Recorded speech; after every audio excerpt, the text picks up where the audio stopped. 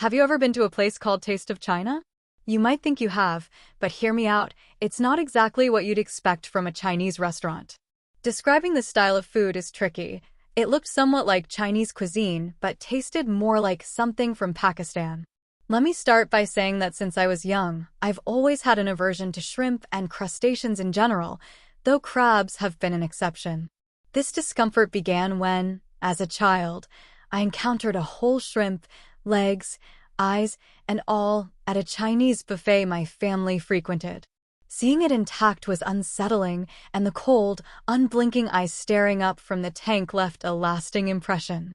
I've come across unshelled prawns many times since then, and still, the idea of peeling off their shells, eyes, and all feels strange. Curiously, crabs never struck me the same way. Then came the second, more unsettling moment that tainted even my love for lobster. I was young, enjoying lobster at home, when my older sister mentioned, "You know lobsters are basically giant cockroaches, right?" The more I looked at the lobster, its antennae, segmented body, and those tiny legs, the more I saw the resemblance to cockroaches.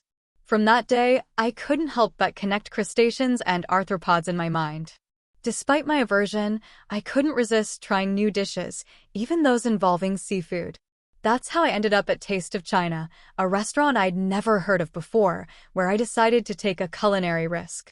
On August 3rd, I received an email from this new place, just down the road from me. The name caught my eye since I'd been to places with similar names, like Taste of Hunan and Taste of Chengdu. The email announced a soft launch, an exclusive-sounding event, which felt a bit odd for what seemed like a low-key spot. I wasn't sure why I'd been invited, but the attached photos of the food looked impressive, so I decided to go. The first thing I noticed when I arrived was how unlike other Chinese restaurants it looked. The interior was dark and modern, more like a Japanese fusion restaurant, with narrow passageways and cramped booths, which was unusual. The menu was sparse, just 2 sections with 3 options each. I assumed it was because of the soft launch, but in hindsight, the whole thing felt strange. I ordered a fish stew that looked amazing online, with chunks of white fish in a rich, dark red broth. When it arrived in a bubbling pot, I was blown away by the flavor. The shrimp and lobster were excellent, but the fish was phenomenal, unlike anything I'd tasted. However, some of the shrimp or lobster shells in the stew had an odd appearance. Darker than usual and with strange, twisted spines, they added an unsettling element to the dish. After my meal, I got up to find the restroom. The server, a tall, emaciated man with pale skin and an odd accent, pointed me down a hallway. I mistook his directions and ended up opening the wrong door. What I saw was unforgettable, a row of tubs filled with water, and in one, a mass of writhing creatures. I thought nothing of it at first, knowing some restaurants use live ingredients, but then I saw a man pulling out an enormous centipede-like creature. It had a shiny black body, segmented and longer than any lobster I'd seen, with countless long, writhing legs. He laid it on a cutting board, pinned its head, and with a sharp knife, silenced its high-pitched squeal. As he pulled more of its body out, I realized it must have been over 20 feet long. Next to him was a pot of the same dark broth I'd eaten. Horrified, I quickly backed out and found the real restroom, where I threw up. After I paid my bill, I asked the server what was in the stew. "Shrimp, lobster, and fish," he said blankly, exactly as listed on the menu. I couldn't shake what I'd seen, and a few days later, I drove by the restaurant, hoping to get another look at the mysterious man in the kitchen. To my shock, the storefront was empty.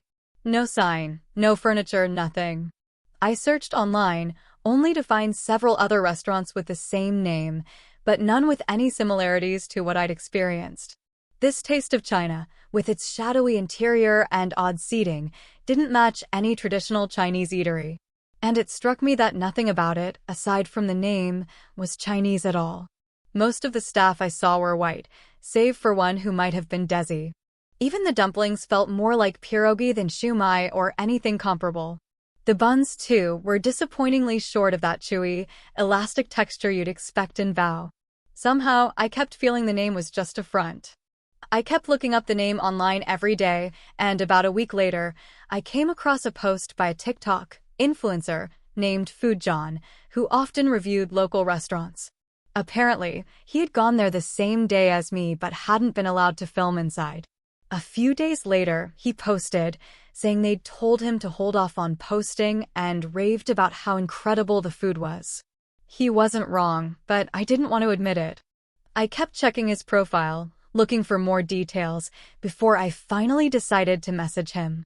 I told him I'd visited the same restaurant, and he was insistent that we had to meet up. He said he wanted to talk to someone who had also experienced it firsthand. We arranged to meet in a couple of weeks at another restaurant, but now I regret not making time to meet him sooner. A few days after our plans were set, he sent me another message, just an address, which I assumed was his home.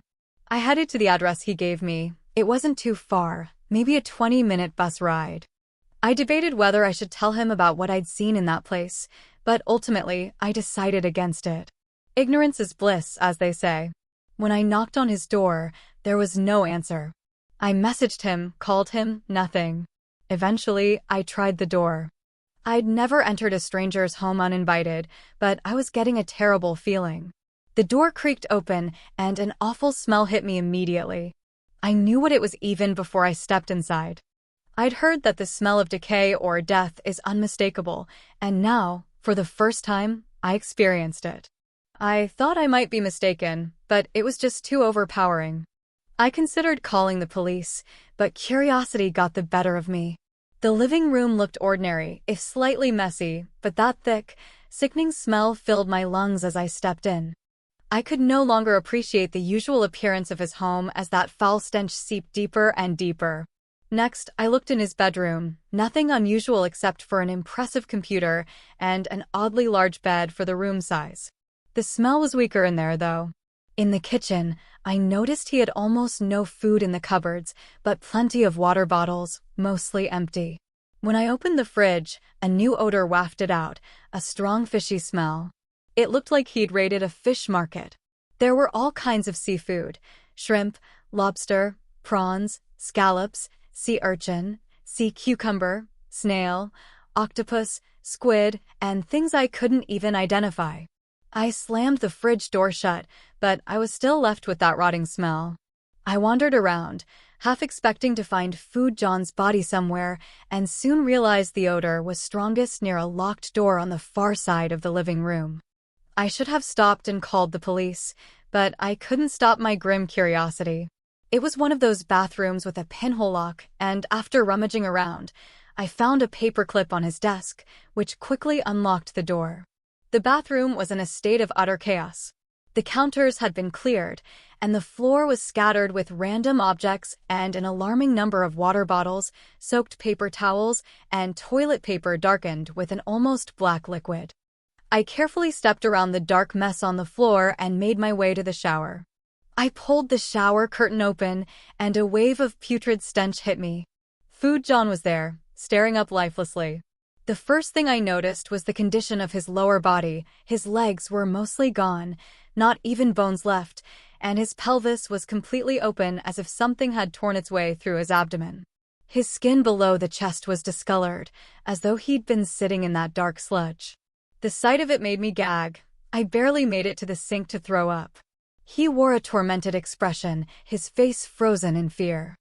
I felt a profound sadness knowing he'd died like that, especially because he'd been a passionate food lover, just like me. His eyes looked streaked with that same black substance. He almost appeared as if he'd cried, wearing too much mascara. It made me sick again to think that it could have been me in that tub, with that same dark liquid streaking from my eyes. I kept looking around the tub. The drain was ringed with a black sludge that looked like coffee grounds, collected in the tub's corners and sides. Then I saw it, a small, 4-inch-long dried black centipede near the drain, exactly like the one I'd seen in the restaurant, only smaller. I spotted 2 more on the nearby side and another in the far corner. That's when I finally decided to call the cops. The police asked me questions, but they seemed as baffled as I was. The younger of the 2 officers looked particularly shaken after investigating the bathroom. When I tried explaining about the restaurant and the centipedes, the older officer gave his partner a look that clearly said, "This guy is crazy." I wasn't crazy enough to be a real suspect in Food John's death, though, so after a quick trip to the station and another officer taking my statement, they let me go. It's been a few months since then, and for the first few weeks, I couldn't stand the thought of seafood. But slowly, I've come back around. I still love eating out and trying new spots, and I've even started eating crustaceans occasionally again. Recently, though, I've found myself looking up Taste of China almost daily, hoping to see another post about it. I tell myself it's to warn unsuspecting customers, but sometimes I wonder if it's because I want to try that incredible seafood stew again.